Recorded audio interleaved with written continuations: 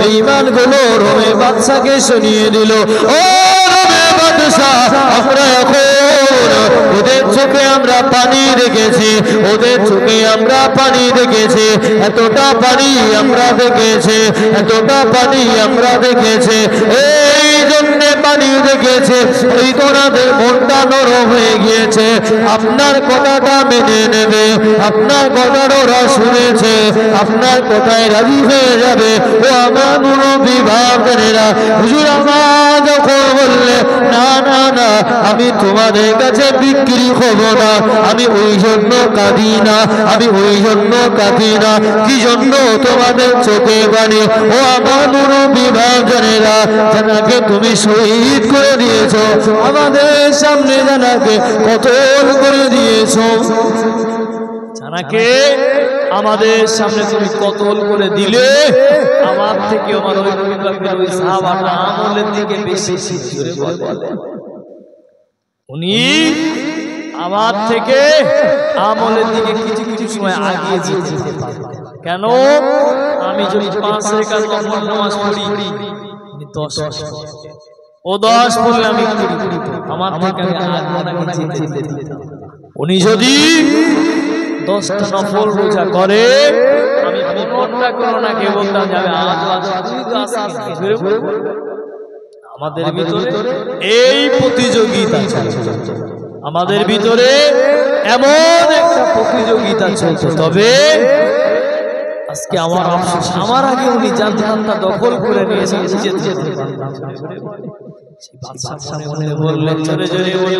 এই পুরুষটাকে যদি আমি মারি, তাহলে আমার কাপুরুষের পরিচয় চাই। একবার মাথা নত করলো না, আমি এনাকে মারলাম।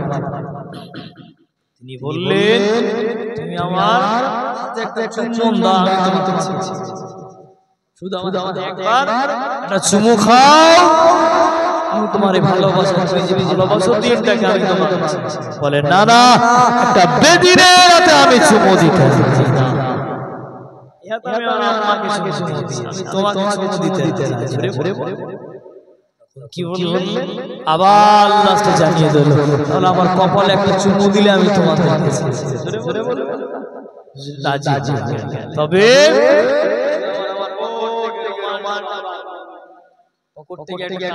করলেন, ওই কাফেরটা কপালের এখানে রেখে রুমালে চুমু দেন। ও ভাবলো কপালে, হুজুর ভাবলো রুমালে। কি ভাবলো? আমার কপালে, আর হুজুর ভাবলো আমার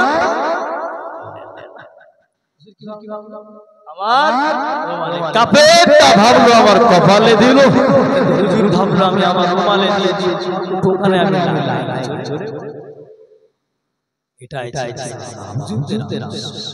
এটাই ছিল সাহাবা হুজুরদের নীতি। দিনটাকে বিক্রি করে কোন সাহাবা দিনটাকে, শরিয়াতটাকে বিক্রি করে, মাথা কোথাও না তো সব জায়গায় মাথা করে সব থেকে কাছে হযরত আবু হুরায়রা রাদিয়াল্লাহু তাআলা। কে ছিলেন আবু হুরায়রা? যিনি এত পরিমাণ হাদিস বর্ণনা করেছেন, কোথায় কোথায় ক্বালান নবী সাল্লাল্লাহু আলাইহি ওয়াসাল্লাম, শুধু বলে আমার নবী বলেছেন, আমার রাসূল বলেছেন। আবু হুরায়রা রাদিয়াল্লাহু তাআলা বলে, শুধু আমার নবী বলেছেন, এটা বলেছেন নবী আমার বলেছেন। অন্যান্য সাহাবা হুজুর বলে, ও আবু হুরায়রা, তুমি শুধু বলো আমার নবী বলেছেন, তোমার ভুল হয় না? তবে না না, আমি আবু হুরায়রা কিছু বলেন।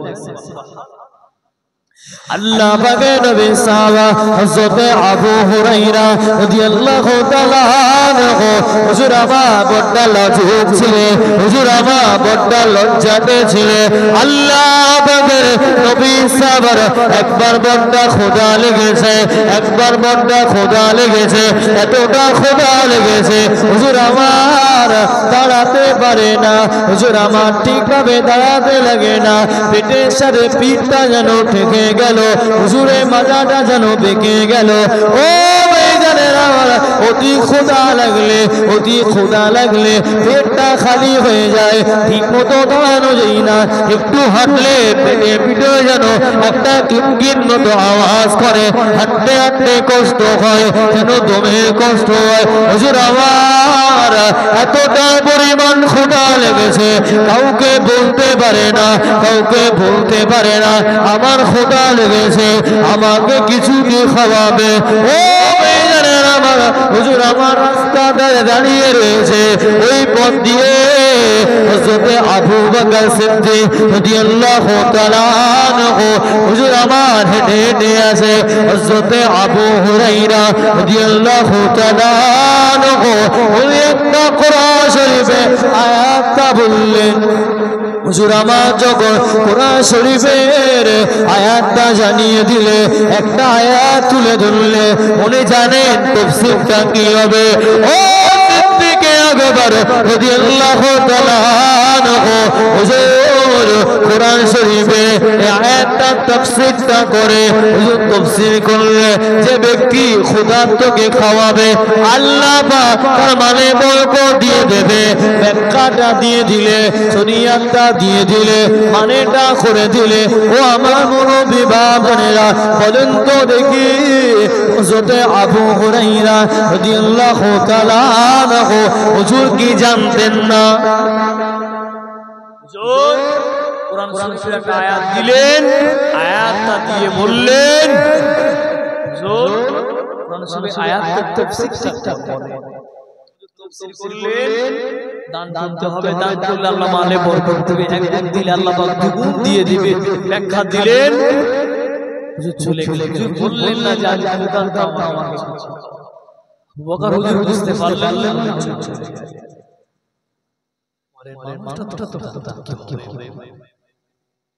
ঠিক করে দাঁড়াতে পারে না, যিনি এত পরিমাণ হাদিস বর্ণনা সমস্ত সাহাবাদের থেকে তার মাকাম হাদিসের দিক থেকে সব সময় তো নবী পাকের কাছে একবার বললেন না যাবে আয়াত দিয়ে বুঝাতে পরে আবার তোমার ওই পথ দিয়ে আবার যখন হযরতে ওমর রাদিয়াল্লাহু তাআলা আনহু হুজুর আমার যখন চলে এলে, আল্লাহ পাকের নবী সাহাবা হযরতে আবু হুরায়রা রাদিয়াল্লাহু তাআলা আনহু হুজুর আমার যখন আবার বললে, ও আমিরুল মুমিনিন, ও হুজুর আপনি বলেন বলে আয়াতটা তাফসীরটা করে, আয়াতটা ব্যাখ্যাটা করে, আয়াতটা সারে নজুল আপনি করে, এই আয়াতটা কি জন্য হবে এর ব্যাখ্যাটা একটু করে। হযরতে ওমর রাদিয়াল্লাহু তাআলা আনহু হুজুর আমার ব্যাখ্যা করলে, তাফসীরটা দিয়ে দিলে, হুজুর আমার চলে গেলেন। সেই পথে আবার কিছু করে আমরা রাসূলুল্লাহ হেঁটে হেঁটে আসি, সবাই একসাথে বলেন, হুজুর হেঁটে এসে বলে, আবু হুরায়রা সাথে সাথে হুজুর ভেবেছেন নবী নিশ্চয়ই আমার কেউ বুঝুক বা না বুঝুক, আমার নবী নিশ্চয়ই হুজুরকে নিয়ে যখন ঘরের ভিতরে চলে গেলেন, চলে যাওয়ার পরে আল্লাহ রাসূল আর কিছু সাহাবা নবী পাকের ঘরে গিয়ে দেখেন একটা গায় দুধ রাখা আছে। ওই দুধটা আবু হুরায়রাকে বললেন, আবু হুরায়রা অনেক কিছু আমি আমাকে দেন। আল্লাহ পাকের নবী সাহাবা হযরতে আবু হুরায়রা রাদিয়াল্লাহু তাআলা আনহু হুজুর আমার যখন আবার তিনি দেখলে, হুজুর আমার যখন দেখলে, আমার মনে মনে হয় আল্লাহ নবী হয়তো বলবে, ও আবু হুরায়রা এটা তুমি পান করে নাও, এটা তুমি আহার করে নাও, তুমি বড় ক্ষুধার্ত। আল্লাহ নবী বললে, ও আবু হুরায়রা রাদিয়াল্লাহু তাআলা আনহু আর বাকি সাহাবা হুজুররা যারা খাইনি তোমার সাথী বর্গদের দিয়ে ডাকো, তোমার সাথী বর্গ ওদের ডাকো। আল্লাহ পাকের নবী সাহাবা হযরত আবু হুরায়রা রাদিয়াল্লাহু তাআলা আনহু বাকি সাহাবা হুজুরদেরকে ডাকলেন, ডেকে ডেকে জানিয়ে দিলে, ডেকে ডেকে শুনিয়ে দিলে, ও নবী পাকের সাহাবারা তোমরা চলো চলো চলো, তোমরা ভাই ক্ষুধার্ত, আল্লাহ নবী তোমাদেরকে ডেকেছে, আল্লাহ নবী তোমাদেরকে ডেকেছে। এবার আবু হুরায়রা বলে বলছে নবী আমাকে বলবে, নবী আমাকে বলবে এটা নিয়ে চলে যাও, ওনাদের ভিতরে বিতর্ক যাও, মনে মনে ভাবনা জোর যেটা মনে মনে করতে সেটাই বলেন না। নবী আমার বললেন আবু হুরায়রা আমার সাহাবাদের ভিতরে সবাইকে দাও। এদিকে আবু হুরায়রা বললেন আমি এদিকে কথা শুনে আমার নবী জানে না, অনেক সময় ক্ষুধার্তকে দেখলে মানুষ টেনশন করলে চিন্তা ভাবনা আলাদা থাকে, হাঁটা সারা আলাদা থাকে, বললেন সবার ভিতরে আল্লাহ রাসূল আবার নিয়ে দিলে ও হযরত আবু হুরায়রা রাদিয়াল্লাহু তাআলা আনহু ওই পেয়ালাতে এত পরিমাণ বরকত দিয়েছিল, এত পরিমাণ বরকত দিয়েছিল। আল্লাহ রাসূল আবার জানিয়ে দিলে ও হযরত আবু হুরায়রা এইবার তুমি পান করো। হযরত আবু হুরায়রা রাদিয়াল্লাহু তাআলা আনহু ওই দুধের পেয়ালাটা নিয়ে যখন পান করতে লেগেছে, হুজুর আমার এতটা তৃপ্ত হয়েছে, হুজুর আমার এতটা পান করতে শুরু করেছে, হুজুরের পেটটা ভরে গেল। তারপরে আল্লাহ রাসূল পান করতে শুরু করলো, কিন্তু ওই দুধের পেয়ালাটা শেষ হলো না।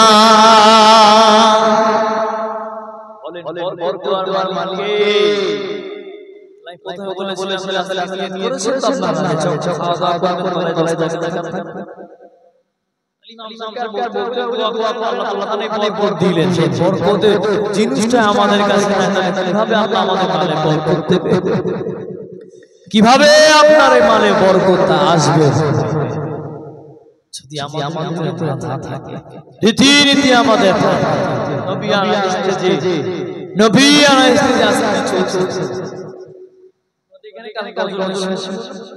বলেন নবিয়ানা স্টেজে কিছু কিছু জায়গায় মহিলা গজল শিল্পীদের কানে কানে আলহামদুলিল্লাহ ভালো গজল আমি বললাম না যে গজল আপনারা করবেন না, সেও তো নবীর শানেই বলবে, নবী মহব্বতেই বলবে, তা আমাদের আমরাও তো বক্তারা গজল তাহলে আমাদেরটা যায় তা হারাম, এটা গজল আপনি বলেন, শিল্পী আপনি নিয়ে আসেন, আশপাশের এলাকা থেকে করে করে কোন দিকে সতর্ক হবে। খবরদার নবিয়ানা স্টেজে কোন মহিলা গজল শিল্পী যেন না ওঠে। মেম্বারটা নবিয়ানা মেম্বার, কোন মহিলা মেম্বারটা খাস করা হয়েছে। আমার উত্তর 24 পরগনা জেলায় মহিলা গজল শিল্পী, দুঃখের কথা গজল বলা কেমন বাপটা বুঝলেন, একটা মেয়ের গলার আওয়াজ পর্দা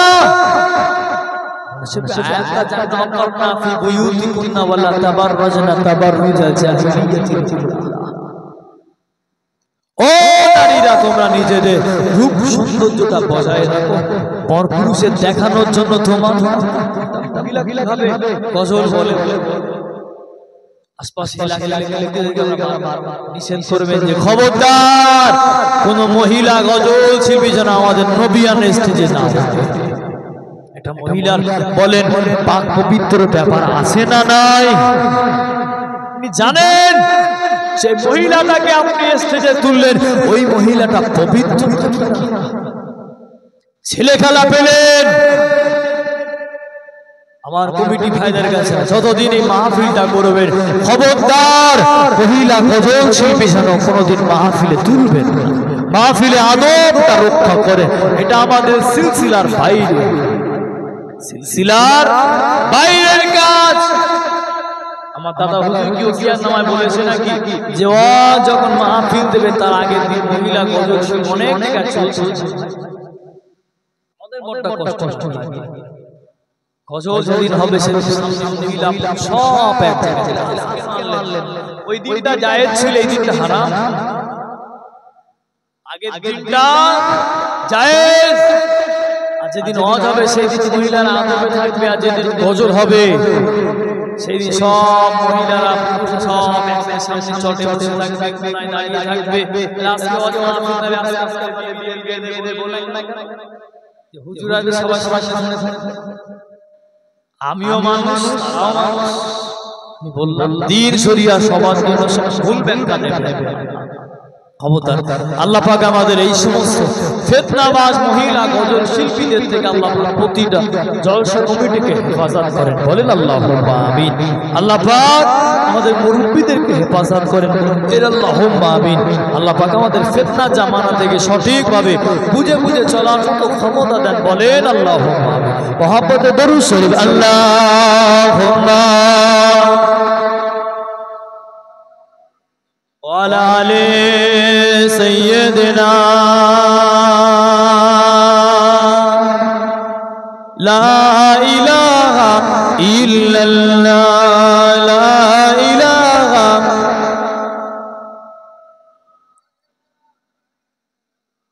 লা ইলাহা ইল্লাল্লাহ। হে রাসূল তোমায় ভালোবাসি, অন্তরে শুধু মুখে নাই, জান্নাতের আশায় নয় হে রাসূল, জাহান্নামকে দড়ি নাই হে রাসূল তোমায় ভালোবাসি, অন্তরে শুধু মুখে নাই, জান্নাতের আশায় নয় হে রাসূল, জাহান্নামকে দড়ি নাই।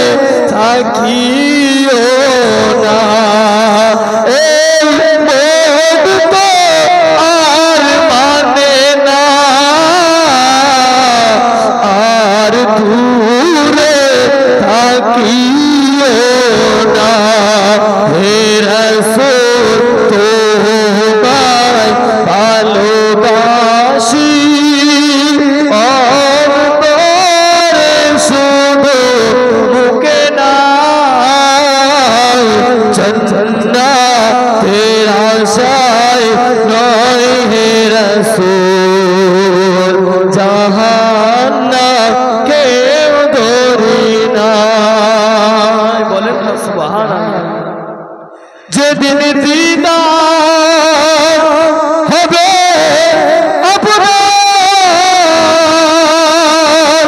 সেদিন ঈদ হবে তোমার। এই মন তো আর বোঝে না, একটু দিদার দাও না। আল্লাহুম্মা সাল্লি আলা ওয়ালা আলি সাইয়্যিদিনা। আসেন আমরা ইয়া নবী